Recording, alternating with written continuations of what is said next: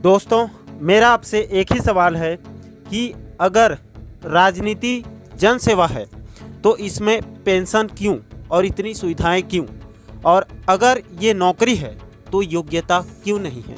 नमस्कार दोस्तों, मैं हूं आपका दोस्त लोकेश साहू और आप देख रहे हैं लोकेश छत्तीसगढ़िया यूट्यूब चैनल। दोस्तों, जैसे कि आप सभी साथियों को पता है कि पूरे देश भर के जो कर्मचारी हैं उनकी पुरानी जो पेंशन की व्यवस्था थी उसको 2004 में अटल बिहारी सरकार ने बंद कर दिया और उसके बदले में नई पेंशन योजना को लागू की, जिसको लेकर लगातार विरोध कर रहे हैं जो कर्मचारी संगठन है पूरे देश भर के, और इस पर हमारे छत्तीसगढ़ के कर्मचारी संगठन भी हैं।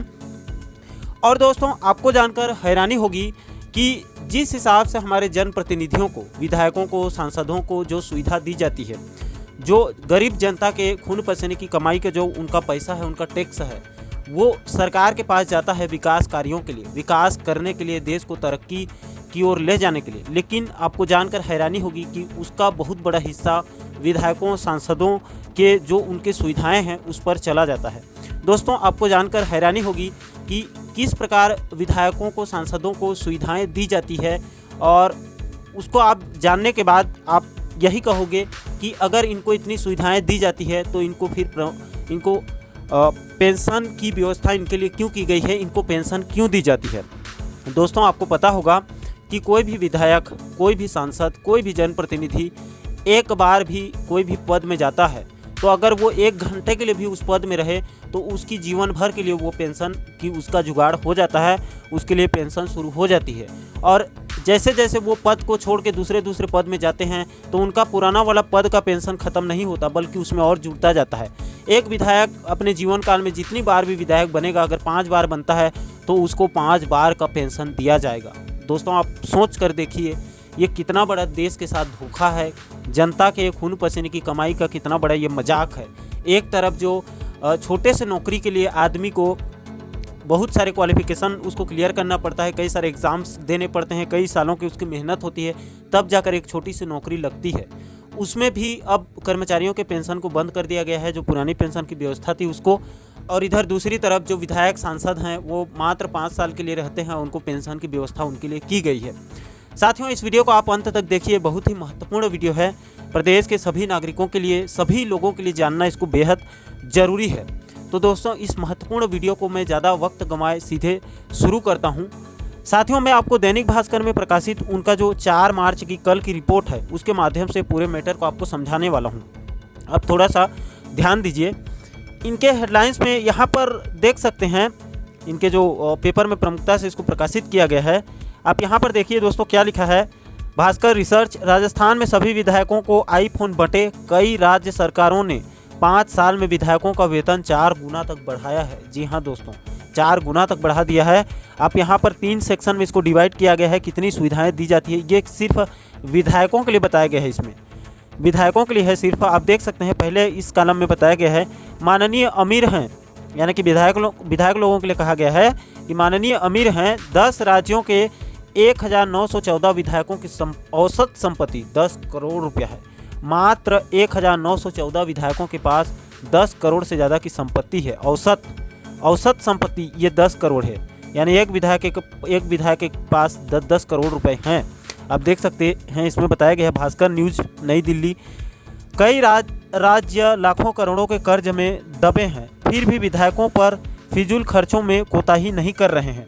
राजस्थान ने तो सभी 200 विधायकों को आईफोन तक बांटा है, जबकि कई विधायकों की औसत संपत्ति 7.39 करोड़ यानी कि 7 करोड़ 39 लाख रुपए है।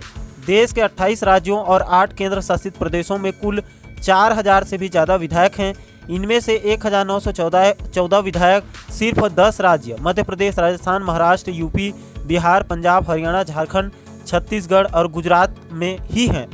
इनकी औसत संपत्ति 10.5 करोड़ 5 लाख है। तमिलनाडु समेत कई राज्य सरकारें 5 साल में विधायकों का वेतन 3 से 4 गुना तक बढ़ा चुकी है। जी हाँ दोस्तों, 5 साल के अंदर 3 से 4 गुना तक इनकी संपत्ति, इनका जो वेतन है वो बढ़ चुका है।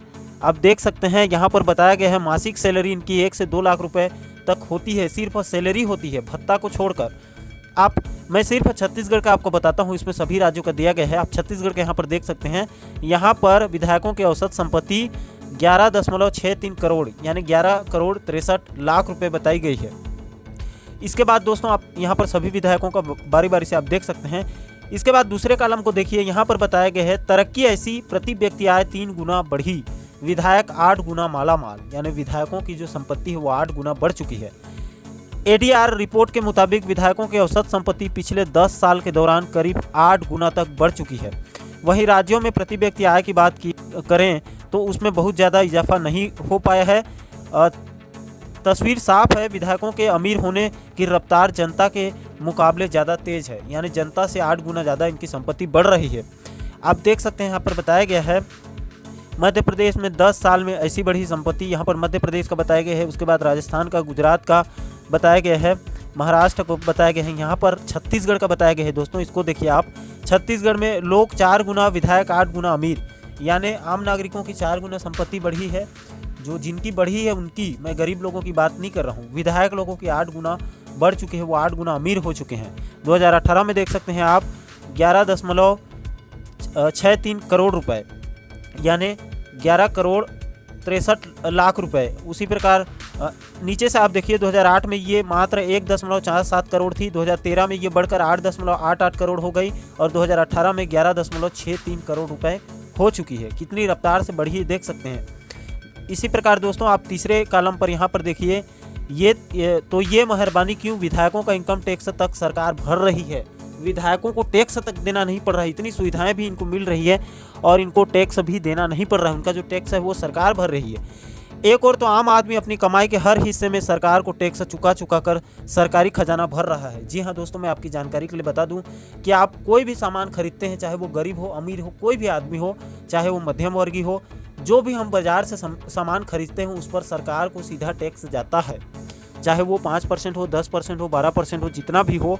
हम छोटे से छोटे 10 रुपये का भी सामान लेते हैं, उसमें 15-20 पैसे सरकार के पास टैक्स जाता ही है और उसी खजाने से सरकार हमारे करोड़पति विधायकों का आयकर टैक्स तक चुका रही है। आम आदमी जो लोन 12 से 16% ब्याज पर लेता है उनके लिए ये 4% ही है। माने कि दोस्तों आम आदमी जो टैक्स लेता है बैंकों से वो मात्र उसमें 16% तक ब्याज देना पड़ता है, लेकिन विधायकों को मात्र 4% ब्याज दिया जाता है और उसके बीच की जो राशि होती है वो सरकार भरती है। आप देख सकते हैं इसमें भी यहाँ पर छत्तीसगढ़ का देखिए, अलग अलग राज्यों का दिया गया है, मैं सिर्फ छत्तीसगढ़ में फोकस कर रहा हूँ। छत्तीसगढ़ में यात्रा खर्च के लिए 8 लाख रुपए सालाना दी जाती है, मकान अलॉट होता है या 30,000 मासिक किराया, प्लेन ट्रेन बस यात्रा को सालाना 8 लाख रुपए, 3% पर कार लोन। बड़ी खबर है दोस्तों, यहाँ पर विधायकों को देखिए कितना छूट दिया जाता है, उनके मकान भत्ते में दिया जाता है, उनके टेलीफोन भत्ता, उनके प्लेन, उनके ट्रेन, खाने पीने हर चीज़ की सुविधा उनको दी जाती है और 2 से 3 लाख रुपए बाकायदा इन लोगों को सैलरी अलग से मिलता है। और इनको मज़े की बात यह है कि टैक्स चुकाना नहीं पड़ता है। गरीब से गरीब आदमी भी राष्ट्र के विकास में अपनी अहम जिम्मेदारी समझकर टैक्स देता है सरकार को, लेकिन ये जो है ये एक प्रकार से तो वो टैक्स को इनका सैलरी भी बनता है और दूसरे तरफ से इनको उस कमाई में इनको टैक्स भी भरना नहीं पड़ता है और बाकायदा इनको सभी चीज़ें सुविधाएं मिलती है। बैंक से एकदम कम से कम % में ब्याज भी मिलती है। इतनी सारी सुविधाएं होने के बाद भी दोस्तों इन लोगों को पेंशन मिलता है। जिनकी योग्यता की कोई ठिकाना नहीं है, इनके लिए कोई योग्यता नहीं होता। सांसद विधायक बनने के लिए कितना भी एक अनपढ़ आदमी भी बन सकता है, प्रधानमंत्री तक बन सकता है, लेकिन एक छोटे से चपरासी बनने के लिए आदमी को 10 बार कंपटीशन एग्ज़ाम देना पड़ता है। उसके बावजूद भी उसको मात्र 15-20 हज़ार रुपये की सैलरी में उसका जीवन चलाना पड़ता है। उनके लिए पेंशन की कोई जुगाड़ नहीं है और इधर एक दिन के लिए कोई आदमी विधायक बन रहा है तो उसको इतनी सारी सुविधाएं तो मिल ही रही है, साथ में उसको पेंशन भी दिया जा रहा है। और एक बार का पेंशन नहीं दोस्तों, वो जितनी बार बनेगा उतनी बार का उसको पेंशन मिलेगा।